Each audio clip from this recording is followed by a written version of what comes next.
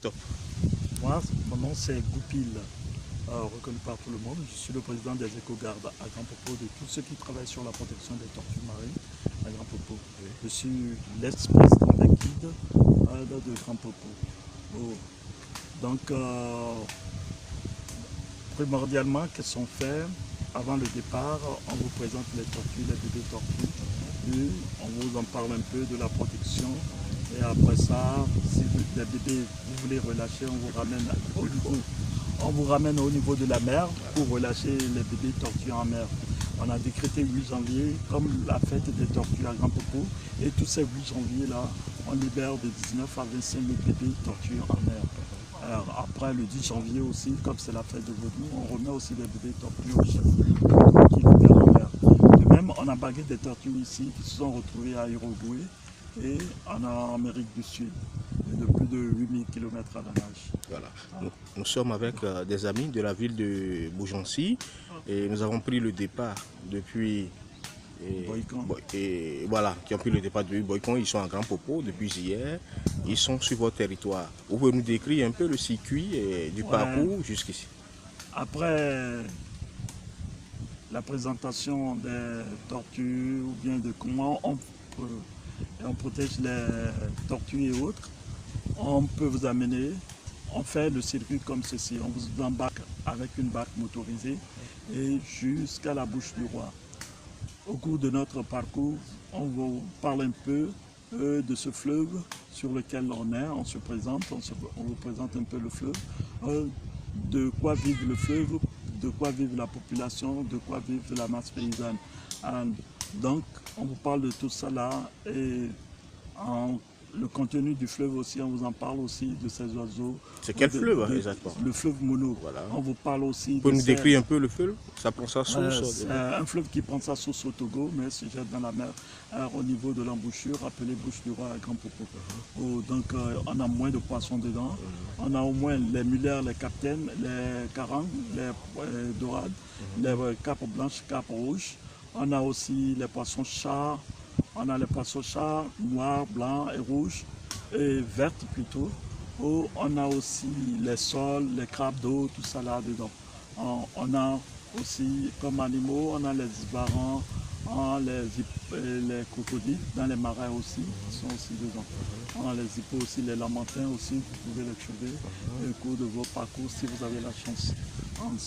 Donc après ça, vous auriez à voir les îlots, ce qui nous permet de donner des cours pédagogiques aux enfants. On leur apprend, on leur montre ce qu'on appelle îlots, aux îles, et après ça, on les ramène aussi à voir un peu la bouche du roi.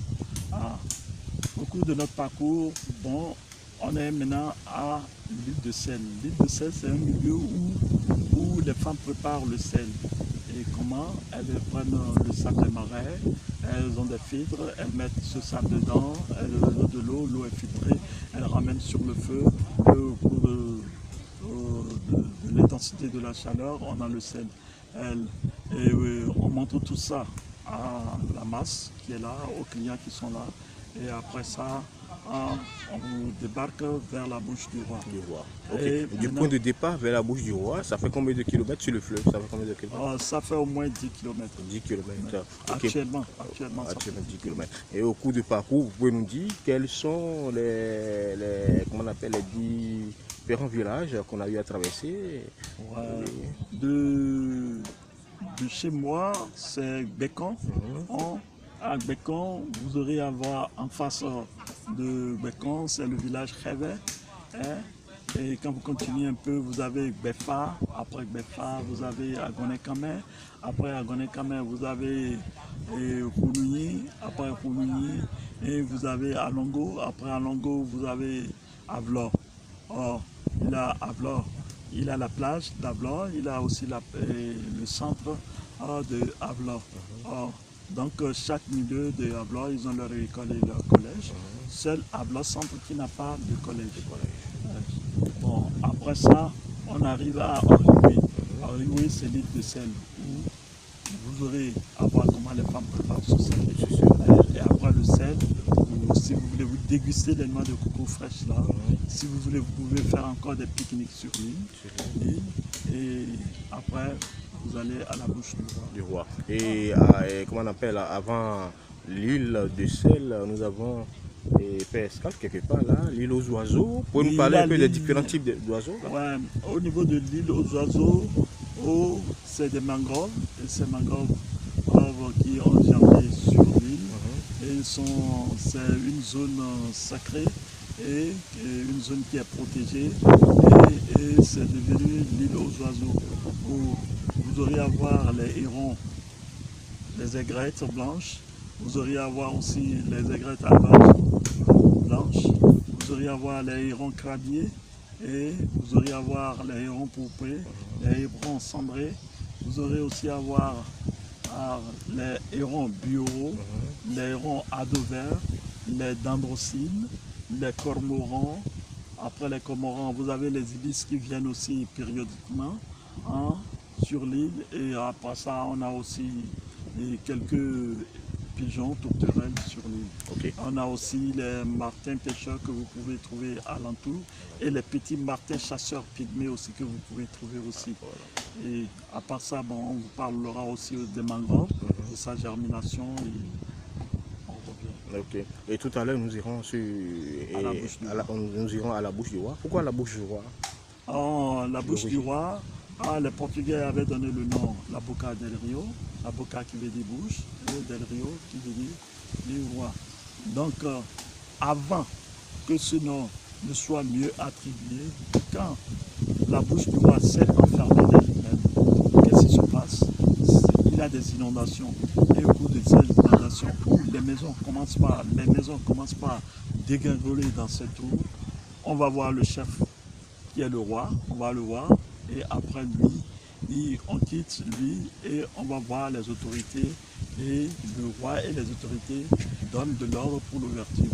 Donc chaque village de tout le long du parcours de ce fleuve donne au moins 10 personnes, et avec ces gens, on essaie d'ouvrir, de faire une ouverture à un milieu propice, et ça permet à l'eau de circuler. Et là, le village retrouve sa circulation. Donc vous voulez dire que sur le plan touristique, Grand Popo regorge d'assez de potentialités. Oui, et Grand Popo regorge beaucoup de potentialités qui ne sont même pas sur les sites, qui ne sont même pas vues par le monde. Car bon, Grand Popo détient les anciennes maisons portugaises qui sont un coffre-fort qui était, mais actuellement ils ont cassé le coffre-fort. La banque que détenaient les Portugais, il y a beaucoup de choses, beaucoup de comptoirs qui sont déjà dans la mer, ce qui fait que de 1 à 3 km d'ici, les gens n'arrivent pas à faire la pêche au long de l'auberge jusque chez moi au niveau de 10 janvier. Pourquoi? À cause des comptoirs qui sont restés dans la mer. Les pêcheurs n'arrivent même plus à faire la pêche de 1 à 2 km d'ici. À 3 km, n'arrivent pas à faire la pêche à chaque de ces comptoirs. D'accord, merci beaucoup.